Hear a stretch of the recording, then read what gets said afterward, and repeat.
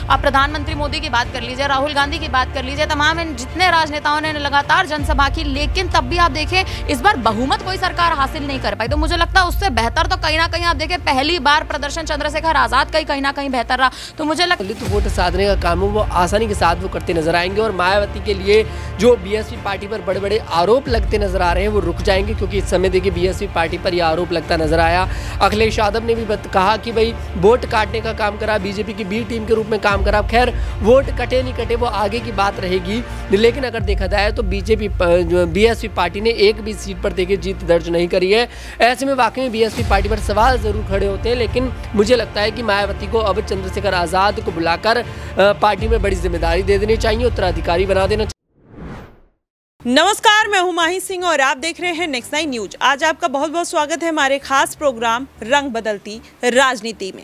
आज आप बात करने वाले हैं यूपी की सियासत की। जिस तरीके से यूपी की सियासत ने मोड़ लिया है, माना यही जा रहा है कि इस बार सरकार बनाना कहीं ना कहीं भारतीय जनता पार्टी के लिए बेहद मुश्किल हो गया है। लेकिन कुछ ऐसी सीटें हैं जहां पर उम्मीद नहीं थी कि भारतीय जनता पार्टी हार जाएगी, लेकिन अगर देखा जाए तो भारतीय जनता पार्टी को 400 पार का नारा जो था वो बहुत महंगा पड़ता हुआ दिखाई दे रहा है। लेकिन अगर बात कर लिया जाए, कुछ ऐसी सीटें हैं जहां पर किसी को उम्मीद नहीं थी कि ये कैंडिडेट जहां पर वो जीत सकते हैं। जिसमें अगर बात कर लिया जाए नगीना सीट की, तो कहीं ना कहीं चंद्रशेखर आजाद एक स्टार की तरह उभरते हुए नजर आए हैं। वह क्या चंद्रशेखर आजाद फिर से अपनी एक लड़ाई और अपनी पार्टी को एक नेशनल पार्टी के रूप में दिखा सकते हैं आने वाले दिनों में, या फिर अपना जिस तरीके से वो राजस्थान की बात कर लीजिए, बिहार की बात कर लीजिए, उत्तर प्रदेश और तमाम ऐसी जगहों पर, दिल्ली में वो अपना कहीं रुतबा दिखाते हुए नजर आए थे, क्या फिर से चंद्रशेखर आजाद वो पैठ बनाते हुए नजर आएंगे?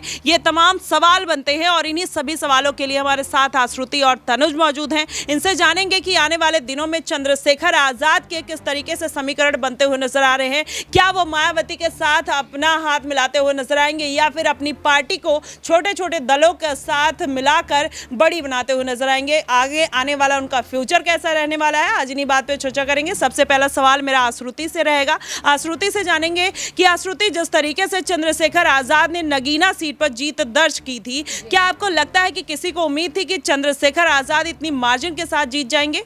देखिए, शुरुआती दौर से अगर आप बात करें तो कहीं ना कहीं नगीना सीट पर जिस प्रकार से लगातार चंद्रशेखर आजाद का आप देखें, जिस प्रकार से उन्होंने चुनावी जनसभाएं लगातार की, और सबसे बड़ी बात, नगीना सीट एक वो सीट है जो मायावती का आप देखें कहीं ना कहीं गढ़ कहलाती है। मायावती ने जब अपना राजनीतिक करियर शुरू करा था, नगीना सीट से शुरू करा था, तो आप देखें दलित वर्गों को साधने की जो संख्या है वो नगीना सीट पर सबसे ज्यादा है, और सबसे ज्यादा मार्जिन में वहां पर आप देखें जिस प्रकार से दलित लोगों का और दलित जनता का जहां आप देखें दबदबा है, कहीं ना कहीं मायावती ने इसी के चलते नगीना सीट पर जीत दर्ज की थी। लेकिन इस बार चंद्रशेखर आजाद ने जिस तरह से देखें आप जनता को साधने का प्रयास किया, जो एक एक करके आप देखें चंद्रशेखर आजाद, सबसे पहली बात, पहली बार वो चुनावी मैदान में उतरे और आजाद समाज पार्टी का लग नहीं रहा था कि इस बार एक सीट से भी आप देखें वो कहीं ना कहीं जीत दर्ज कर पाएंगे। लेकिन आजाद ने जिस तरह से जनता को साधा, जिस तरह से आप देखें चुनावी वादे करे, मुझे लगता है कि राजनेता के लिए सबसे अहम बात यही होती है कि वो किस तरह से आखिर जनता से वादे कर रहा है। आप देखें कहीं ना कहीं आप प्रधानमंत्री मोदी की बात कर लीजिए, राहुल गांधी की बात कर लीजिए, तमाम इन जितने राजनेताओं ने लगातार जनसभा की, लेकिन तब भी आप देखें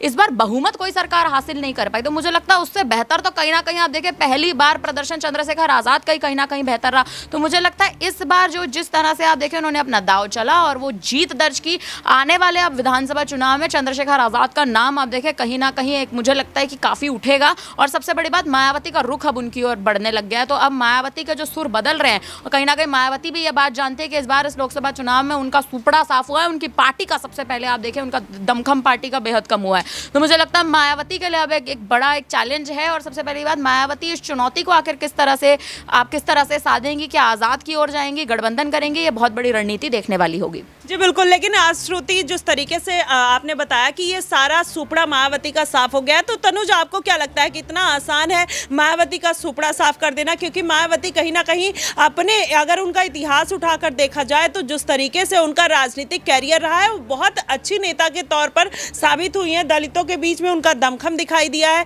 तो क्या आने वाले दिनों में जिस तरीके से मायावती चाह रही थी कि आजाद उनके पास आए, अब मायावती को आजाद के पास जाना पड़ेगा अपनी पार्टी का वर्चस्व बचाने के लिए? देखिए, लोग यही कहा करते हैं जब पार्टी को सीटें नहीं मिलती हैं किसी भी, तो जैसे आप बात करिए समाजवादी पार्टी की, 2022 में जब उत्तर प्रदेश में चुनाव हुए थे तब कहीं ना कहीं देखा जाए तो पूरी तरह से समाजवादी पार्टी का भी सुपड़ा साफ नज़र आ रहा था। लेकिन देखिए कितनी अच्छे तरीके से कमबैक उसने कराया, तो मुझे ऐसा लगता है कि मायावती की पार्टी थोड़ा सा देर से सही लेकिन कमबैक ज़रूर करेगी। कभी कोई पार्टियां इस तरह से ख़त्म नहीं होती हैं।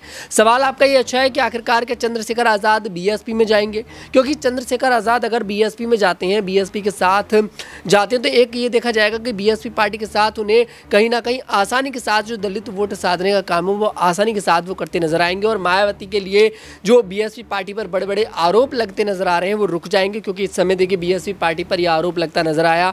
अखिलेश यादव ने भी कहा कि भाई वोट काटने का काम करा, बीजेपी की बी टीम के रूप में काम करा। खैर वोट कटे नहीं कटे वो आगे की बात रहेगी, लेकिन अगर देखा जाए तो बीएसपी पार्टी ने एक भी सीट पर देखिए जीत दर्ज नहीं करी है। ऐसे में वाकई में बीएसपी पार्टी पर सवाल जरूर खड़े होते हैं, लेकिन मुझे लगता है कि मायावती को अब चंद्रशेखर आज़ाद को बुलाकर पार्टी में बड़ी जिम्मेदारी दे देनी चाहिए, उत्तराधिकारी बना देना चाहिए, क्योंकि चंद्रशेखर आज़ाद ही एक ऐसे नेता है जो पार्टी को इस समय देखिए बीएसपी पार्टी को बचा सकते हैं, क्योंकि स्थिति बेहद देखिए नाजुक मानी जा रही है बीएसपी पार्टी की। जी बिल्कुल। ऐसे में आश्रुति एक सवाल ये भी है कि क्या मायावती ओवर कॉन्फिडेंस में आ गई? 432 सीटों पर उन्होंने अपने कैंडिडेट उतार दिए लेकिन एक भी सीटों पर जीत नहीं दर्ज कर पाती हैं, तो क्या उनका ये ओवर कॉन्फिडेंस होता है? और अभी तक वो चंद्रशेखर आज़ाद जो पहली बार नगीना सीट पर उतरते हैं और जीत दर्ज कर लेते हैं, लेकिन मायावती का एक मैसेज तक उनको नहीं जाता है, तो क्या कहीं ना कहीं मायावती का एक ईगो फैक्टर भी सामने आता है और उनका ओवर कॉन्फिडेंस इस बार के चुनाव में उनको कहीं ना कहीं मात दिलाता हुआ नजर आया? देखिए मायावती एक जानी मानी नेता है। मायावती का नाम जो है वो आप देखिए पूरे, अगर आप राजनीति की बात करते हैं तो मायावती का नाम आप सबसे मुख्य चेहरे के रूप में काउंट करते हैं। तो ये तो मैं नहीं कहूँगी, मेरी तरफ से ये तो नहीं बयान आएगा कि वो ओवर कॉन्फिडेंस में है, लेकिन हाँ कहीं ना कहीं इस बार मायावती का आप देखिए इस लोकसभा चुनाव में कोई भी रणनीति के साथ ना चलना, और आप देखिए जिस प्रकार से आकाश आनंद को जब उन्होंने उनके पदाधिकारी के पद से जब उनको हटाया था उत्तराधिकारी के पद से, उसके बाद से आप देखिए मायावती की चुनावी रैलियां रद्द हुई, मायावती का चुनाव प्रचार रद्द हुआ। कहीं ना कहीं मायावती के लिए मुश्किलें जरूर बढ़ी, लेकिन अगर मायावती चाहती तो अंत वक्त पर भी दिल्ली में कोशिश करके वो अपना एक आध प्रत्याशी को वहां से जीत दर्ज करवा सकता। आप देखें माही, जिस तरह से नगीना की सीट पर भी मायावती ने आप देखें अपना दलित प्रत्याशी उतारा था, आप देखें कहीं ना कहीं वो उनका भी आप देखें जिस प्रकार से मायावती की रणनीति में वहां से बदलाव देखने को मिला है, तो सवाल ये उठता है कि मायावती ने आखिर अपनी रणनीति में बदलाव किया क्यों? और अगर आपको रणनीति में बदलाव करना ही था तो आप उस हिसाब से इस प्रकार की रणनीति बनाते या उस हिसाब से आप अपनी पार्टी को आगे लेके चलते। किसको पता था कि अंत वक्त पर आकर एक सीट भी वो अपने खाते में नहीं ले पाएंगी। तो मुझे लगता है मायावती की पार्टी के लिए बड़ा झटका है,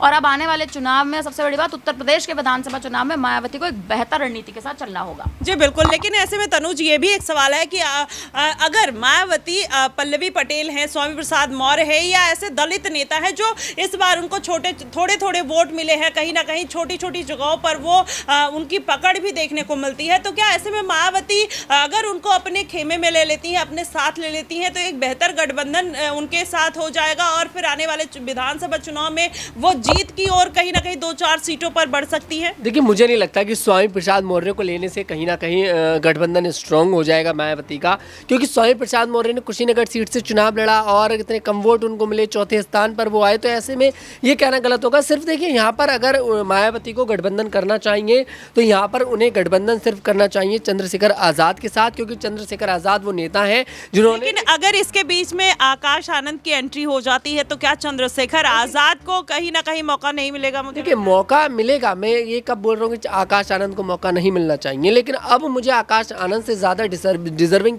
जो लगते हैं वो आज़ाद लगते हैं, क्योंकि आज़ाद ने 1,50,000 वोटों के साथ जीत दर्ज करी है, और 1,50,000 देखिए वोटों का अंतर कोई छोटा अंतर नहीं होता, मायने रखता है वो अंतर। तो ऐसे में आज़ाद ज़्यादा डिजर्विंग लगते हैं मेरे लिए, और आज़ाद कहीं ना कहीं दलित वोट साधने का काम करते नजर आ रहे हैं। और देखिए आज़ाद के शब्दों का आप चयन देखिए, कितने अच्छे शब्दों का इस्तेमाल करते हैं, वो गलत किसी के लिए कभी गलत बोलते नजर नहीं आ रहे। आप बात कर लीजिए आकाश आनंद की, अपने बयानों के चलते देखिए उन्हें पार्टी ने इतना बड़ा जो एक्शन लिया बीएसपी पार्टी ने उनके बयानों की वजह से लिया, तो ऐसे में आकाश आनंद को दोबारा लाना मुझे समझदारी नहीं। जी बिल्कुल। लेकिन आज़ाद की कहीं ना कहीं इंडिया गठबंधन और एनडीए गठबंधन में पूछ बढ़ती हुई दिखाई दे रही, तो क्या आपको लगता है कि आने वाले दिनों में शामिल हो सकते हैं? एक बहुत छोटा सांसद। देखिए शामिल तब होना बेहतर है जब सरकार बनने की कगार पर हो। अब जैसे इंडिया गठबंधन की अगर सरकार बनती है, आपको मौका मिल रहा है, शामिल हो जाइए। सरकार नहीं बन रही तो मैं ये चाहता हूँ कि जो राह पर वो चलते नजर आ रहे हैं, जो शुरुआत उन्होंने करी है अकेले वाली शुरुआत, वो अकेले ही अभी चलें तो ज़्यादा बेहतर है, क्योंकि साथ जाएंगे बड़े सवाल खड़े होंगे, क्योंकि जब गठबंधन में किसी से से गलती होती है तो पूरे गठबंधन पर सवाल खड़े होते हैं।